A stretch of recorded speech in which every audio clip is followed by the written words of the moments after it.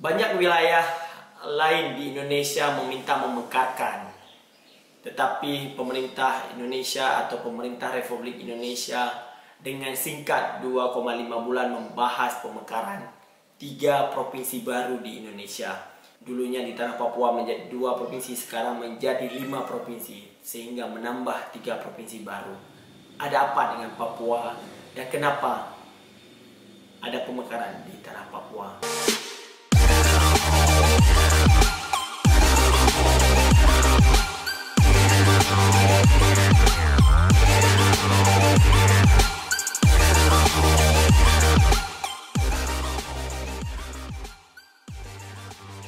Hai, Assalamualaikum warahmatullahi wabarakatuh. Balik lagi dengan saya, Dedi ya. Hari ini akan kita bahas adalah 3 provinsi terbaru di Republik Indonesia ini. Sebelum kita membahas tentang provinsi apa aja yang ada dan yang baru di Indonesia, kita akan membahas dulu adalah kenapa bisa ada provinsi baru di Indonesia ya. Seperti kita ketahui bahwa Indonesia menerapkan dari zamannya SBY adalah monitoring atau penghentian atau menunda pemekaran daerah baru baik kabupaten, kota maupun provinsi. Banyak sekali yang memasukkan draft rancangan akademik ya, risalah akademik untuk suatu usulan dalam pemekaran. Di Aceh sendiri ada 2 provinsi yang dimasukin, ada beberapa kabupaten kota yang dimasukin menjadi pemekaran baru. Di Aceh ada provinsi Alas dan Abas. Alas adalah Aceh Loser Antara dan juga Abas Aceh Barat Selatan, dan juga beberapa kota di Aceh yang dimasukkan ke dalam pemekaran baru, yaitu Kabupaten Aceh Raya, pemekaran daripada Aceh besar, ada kota Pantai Labu, ada kota Melabu, ada juga Kabupaten Pidi Sakti. Ya, ada beberapa kabupaten kota memang dimekarkan, yang meminta memekarkan diri daripada Kabupaten Induk. Jadi kenapa ada yang spesial nih, tiba-tiba ujuk-ujuk 2,2 bulan setengah pembahasan, tiba-tiba terjadilah pemekaran 3 provinsi. Di dalam satu provinsi induk melahirkan 3 provinsi baru ya. Siapakah dia dan kenapa menjadi spesial di dalam pemekaran tersebut? Seperti kita ketahui adalah Papua ya.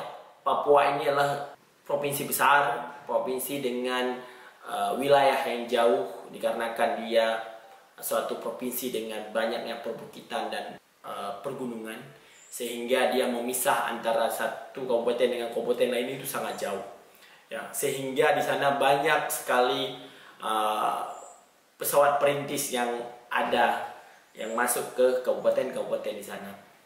Alat transportasi satu-satunya untuk mempersingkat jarak adalah dengan menggunakan pesawat ya, di mana pesawat perintis ini juga dia masuk ke perkampungan juga, di perkampungan pegunungan yang dinamakan.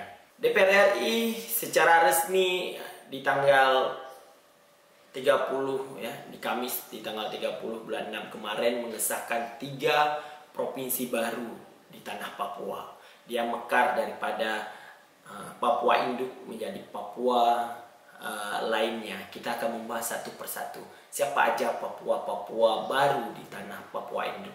Adapun 3 provinsi baru yang lahir di tanah Papua adalah Provinsi Papua Selatan ya, yang pertama adalah Provinsi Papua Selatan, di mana Provinsi Papua Selatan ini mencakup 4 kabupaten. Yang pertama adalah Kabupaten Maroke, Kabupaten Boven Digoil, yang kedua adalah Kabupaten Muapi, yang keempat adalah Asmat. Papua Selatan ini berkedudukan atau beribu kota adalah Maroke. Sesudah provinsi Papua Selatan ini menjadi suatu daerah otonomi khusus atau otonomi baru, sehingga diberi nama adalah Animha, nama lain daripada Papua Selatan. Yang kedua adalah kota atau provinsi baru Papua Tengah. Papua Tengah ini berkedudukan di Kabupaten Nabire, di mana di dalam Provinsi Baru Papua Tengah ini mencakup Kabupaten Mimika, Kabupaten Pinai, Kabupaten Dogijaya, Kabupaten Deyai, Kabupaten Intan Jaya, serta Kabupaten Puncak. Ada satu lagi provinsi yang lebih kecil dari provinsi dua lainnya, yaitu Provinsi Pergunungan. Seperti kita jelaskan tadi adalah Provinsi Papua adalah banyak pergunungan, sehingga di sini ada juga provinsi baru yang bernama Provinsi Papua Pegunungan. Provinsi Papua Pegunungan beribu kota yaitu Jayawijaya. Dia lebih kecil daripada provinsi-provinsi dua lainnya, cuma mencakup 3 kabupaten, yaitu Kabupaten Jayawijaya, Kabupaten Lapago, dan Kabupaten Wamena.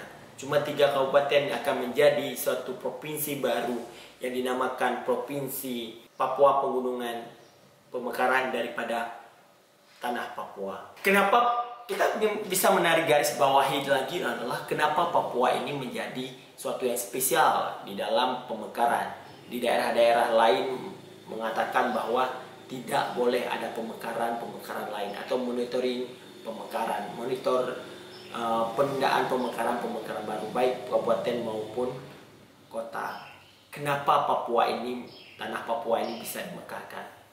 Kita bisa menarik secara geografis adalah di mana Papua menjadi daerah dengan konflik yang berpanjangan sampai sekarang masih berkonflik, sehingga pemerintah melihat adalah bagaimana membuat pemerataan pembangunan di Papua ini berjalan, sehingga perlu dimekarkan antara provinsi dengan provinsi yang lain.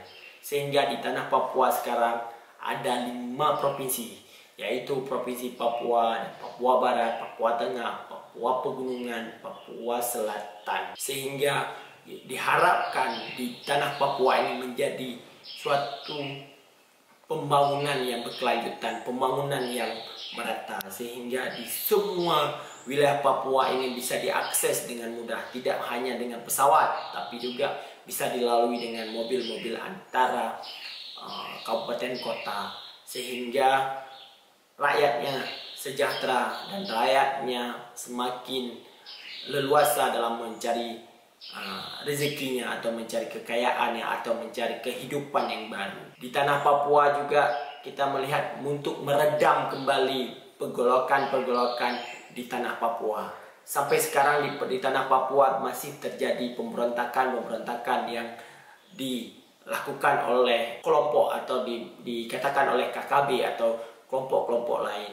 Sehingga dengan pemekaran ini diharapkan oleh pemerintah bahwa dengan terjadinya pemekaran, pergolakan di Papua ini bisa meredam dan bisa diajak perdamaian, sehingga tanah Papua baik secara keseluruhan maupun di bidang provinsi-provinsi ini akan menjadi lebih sejahtera masyarakatnya maupun dari segi pembangunan maupun perorangan.